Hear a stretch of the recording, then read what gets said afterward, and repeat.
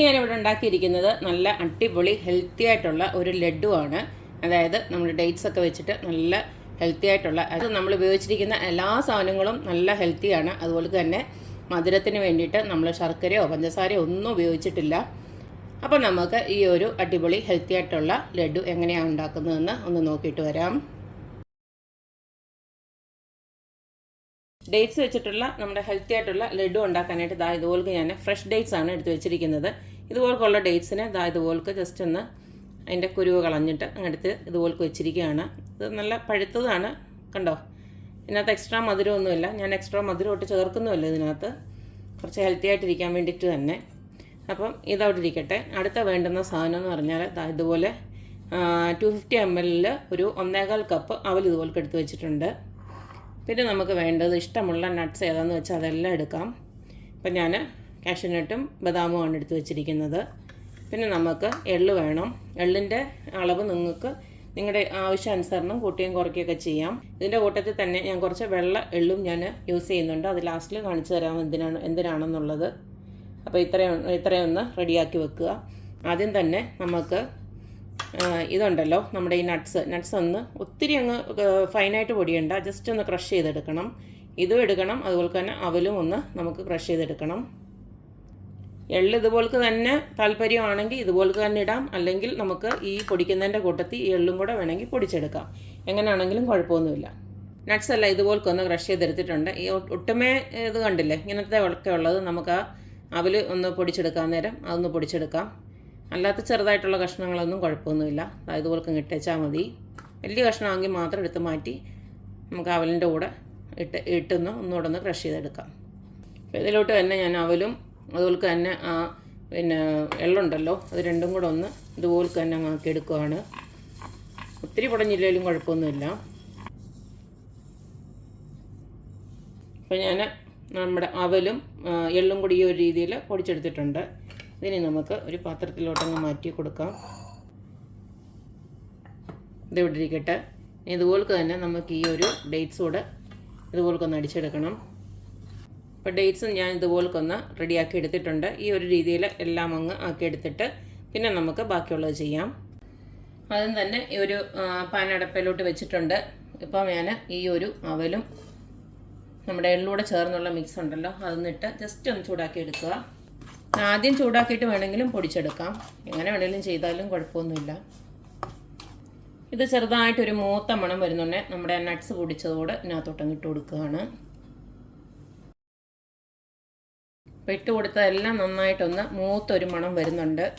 ഇതിങ്ങനെ മൂക്കുന്നതുകൊണ്ട് നമുക്ക് ഒരു കുറച്ച് ദിവസം ഇരുന്നാലും ഇതിന് കുഴപ്പമൊന്നും പറ്റത്തില്ല. ഇതിപ്പോൾ നമ്മൾ മൂപ്പിക്കാതെ എടുക്കുകയാണെങ്കിലും നമുക്ക് അന്നേരം വേണമെങ്കിൽ എടുത്ത് അങ്ങനെ തന്നെ കഴിക്കാം, കുഴപ്പമൊന്നുമില്ല. ഇപ്പം ഒന്നും വേവുള്ളതൊന്നും ഇല്ലല്ലോ. ഈ പിന്നെ ഫ്രഷ് ഡേറ്റ്സ് ഞാനിപ്പോൾ ഉണ്ടായതുകൊണ്ട് എടുത്തതേ ഉള്ളൂ. നിങ്ങൾക്ക് വേണമെങ്കിൽ നമ്മുടെ നോർമലായിട്ട് കിട്ടുന്ന ഡേറ്റ്സ് വേണമെങ്കിലും എടുക്കാം. ഞാനിതുകൂടെ അങ്ങോട്ട് ആഡ് ചെയ്ത് കൊടുക്കുകയാണ്. ഇനി ഇതെല്ലാം കൂടെ നമുക്ക് നന്നായിട്ട് ഇളക്കി എടുക്കണം. ഈ സമയം തീ നല്ലതായിട്ട് കുറച്ച് വെച്ചിട്ട് മതി ഇളക്കിയെടുക്കാം, അല്ലെങ്കിൽ ബാക്കിയുള്ളതൊക്കെ കരിഞ്ഞു. ഇതുപോലൊക്കെ ഒന്ന് ഇളക്കിയെടുത്തതിന് ശേഷം നമുക്ക് കുറച്ച് നെയ്യൊന്ന് ആഡ് ചെയ്ത് കൊടുക്കാം.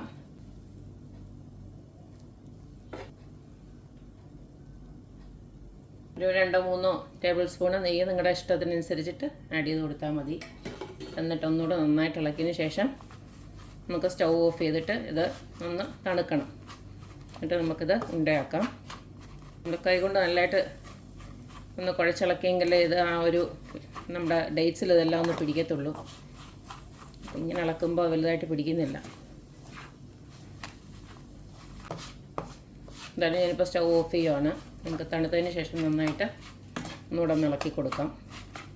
അപ്പോൾ ഇത് ഇത്തിരി ഒന്ന് തണുത്ത് വന്നിട്ടുണ്ട്. ഇതിലേക്ക് നമുക്ക് ഒരു മണത്തിന് വേണ്ടിയിട്ട് കുറച്ച് ഏലക്കപ്പൊടി ഇട്ട് കൊടുക്കാം. ഇത് ഓപ്ഷനിലാണ്, വേണ്ടവർക്ക് മാത്രം ഇട്ട് കൊടുത്താൽ മതി. ഏലക്കപ്പൊടിയോ ജീരകത്തിൻ്റെ പൊടി ഇഷ്ടമുള്ളവർക്ക് അത് വേണമെങ്കിൽ ഇട്ട് കൊടുക്കാം.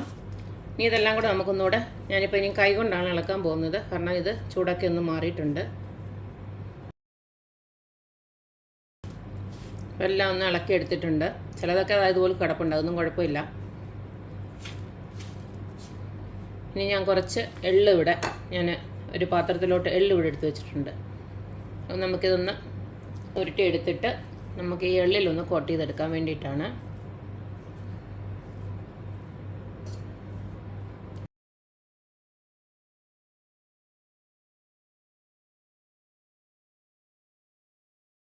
അപ്പോൾ കണ്ടല്ലോ, ഇത്രയേ ഉള്ളൂ. നമ്മുടെ ഹെൽത്തി ആയിട്ടുള്ള ഡേറ്റ്സ് ലഡു ഇവിടെ റെഡി ആയിട്ടുണ്ട്. കണ്ടില്ലേ, ഇതുപോലൊക്കെ ആക്കിയെടുത്തു കഴിഞ്ഞാൽ നല്ല ഹെൽത്തിയാണ്, നല്ല പ്രോട്ടീൻ റിച്ച് ആയിട്ടുള്ള ഒരു ലഡു തന്നെയാണിത്. കാരണം നമ്മൾ എക്സ്ട്രാ മധുരമൊന്നും ചേർത്ത് കൊടുത്തിട്ടില്ല, വേറെ എല്ലാം നല്ല നമ്മുടെ ആരോഗ്യത്തിന് ഗുണമുള്ള സാധനങ്ങൾ തന്നെയാണ് എല്ലാം ഉപയോഗിച്ചിരിക്കുന്നത്. അവലാണെങ്കിലും എള്ളാണെങ്കിലും ഡേറ്റ്സ് ആണെങ്കിലും. ഞാൻ നേരത്തെ പറഞ്ഞ പോലെ തന്നെ ഡേറ്റ്സ് നിങ്ങൾക്ക് ഫ്രഷ് കിട്ടിയില്ലെങ്കിൽ നമ്മുടെ സാധാരണ ഉള്ളത് എടുത്താൽ മതി, കുഴപ്പമൊന്നുമില്ല. അപ്പോൾ എന്തായാലും എല്ലാവരും ഇതുപോലൊക്കെ ഒന്ന് ഉണ്ടാക്കി നോക്കുക. അപ്പം നമുക്ക് വളർച്ചയൊക്കെ ഉള്ളവർക്കൊക്കെ ഉണ്ടല്ലോ, ഇതെല്ലാം ലഡു തിന്നുന്നത് നല്ലതായിരിക്കും. കാരണം ഇതിനകത്ത് അങ്ങനത്തെ കാരണം ഡേറ്റ്സ് ആണെങ്കിലും അവലാണെങ്കിലും എള്ളാണെങ്കിലും എല്ലാം അങ്ങനെയൊക്കെ ഉള്ളവർക്ക് നല്ലതാണ്.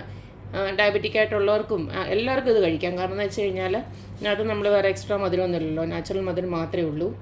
അപ്പോൾ എല്ലാവരും ട്രൈ ചെയ്ത് നോക്കുക, അഭിപ്രായങ്ങളൊക്കെ അറിയിക്കുക. അപ്പോൾ എപ്പോഴും പറയുന്ന പോലെ തന്നെ എൻ്റെ റെസിപ്പീസ് ഇഷ്ടമുള്ള എല്ലാവരും please like, share and subscribe. അപ്പോൾ ഇനി ഒരു അടിപൊളി വീഡിയോ ആയിട്ട് വരുന്നവരേക്കും ബൈ.